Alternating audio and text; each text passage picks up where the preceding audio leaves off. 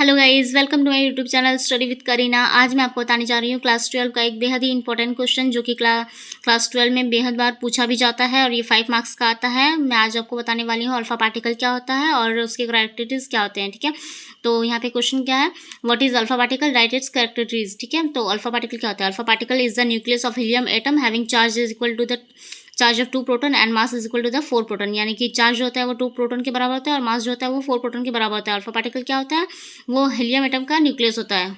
आपको मैं कैलकुलेशन करके भी बताऊंगी।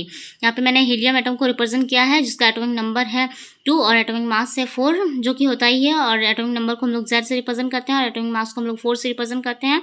और एटॉमिक नंबर जो होता है वो इलेक्ट्रॉन और प्रोटॉन के बराबर होता है। तो सबसे पहले इसमें हम लोग न्यूट्रॉन को निकालेंगे। न्यूट्रॉन निकालने के लिए हम लोग क्या करते हैं, एटॉमिक मास में से प्रोटॉन या फिर इलेक्ट्रॉन या फिर एटॉमिक नंबर को माइनस कर देते हैं, जो कि निकल के कितना आया, 2 आया। तो अब हम चार्ज ऑन अल्फा पार्टिकल देखेंगे। चार्ज ऑन अल्फा पार्टिकल क्या होता है, तो मैंने आपको शुरुआत में ही बताया था कि चार्ज ऑन अल्फा पार्टिकल जो होता है वो प्रोटॉन 2 के बराबर होता है। ठीक है, तो इस प्रोटॉन इलेक्ट्रॉन जो होता है उसका वैल्यू सेम ही होता है, इसीलिए मैंने 2 से इंटू कर दिया इलेक्ट्रॉन के मान से। इलेक्ट्रॉन का मान क्या होता है, तो 1.6 इंटू 10⁻⁻19 कूलम। तो कैलकुलेट करके 3.2 इंटू 10⁻⁻19 कूलम आ चुका है। ये ऑब्जेक्टिव में भी पूछा जाता है कि चार्ज ऑन अल्फा पार्टिकल क्या होता है, तो आप लोग को लिखना है 3.2 इंटू 10⁻⁻19 कूलम। तो चलिए अब हम लोग मास को कैलकुलेट करते हैं। अब जब हम लोग किसी भी पार्टिकल का या फिर एटम का जब मास कैलकुलेट करते हैं तो उसके अंदर क्या क्या पाया जाता है, न्यूक्लियस में उसके अंदर उसको ऐड करते हैं। ठीक है, तो न्यूक्लियस के अंदर क्या पाया जाता है, किसी भी एटम के अंदर क्या पाया जाता है, न्यूट्रॉन और प्रोटॉन पाया जाता है। तो उसको जब हम लोग प्लस कर देंगे, ऐड कर देंगे, तो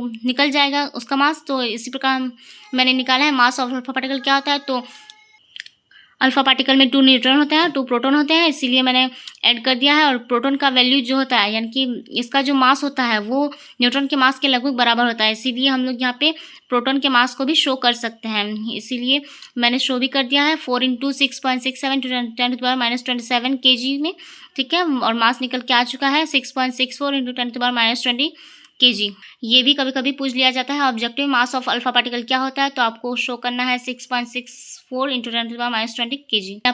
अब मैं आपको बताने वाली हूँ कि अल्फा पार्टिकल की कैरेक्टरिस्टिक्स क्या होते हैं। ठीक है, तो अल्फा पार्टिकल जो होता है एक बहुत ही ज़्यादा हैवी चार्ज पार्टिकल होता है, पॉजिटिव चार्ज पार्टिकल होता है। ठीक है, मैं आपको पढ़ के सुनाती हूँ। Alpha particle is a heavy positive charge particle. ठीक है, alpha particle can be deflected by electric and magnetic field, यानी कि अल्फा पार्टिकल जो होती है वो इलेक्ट्रिक और मैग्नेटिक फील्ड में डिफ्लेक्टेड हो जाती है। Ionization capacity of alpha particle is large. Ionization capacity जो होता है वो लार्ज होता है, बहुत ही ज़्यादा होता है।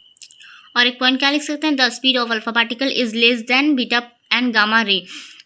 ठीक है, ये जो अल्फा पार्टिकल का जो स्पीड होता है वो गामा रे और बीटा पार्टिकल से कम होता है। ठीक है, और इसीलिए इसको हम लोग स्लो मूविंग पार्टिकल भी कहते हैं।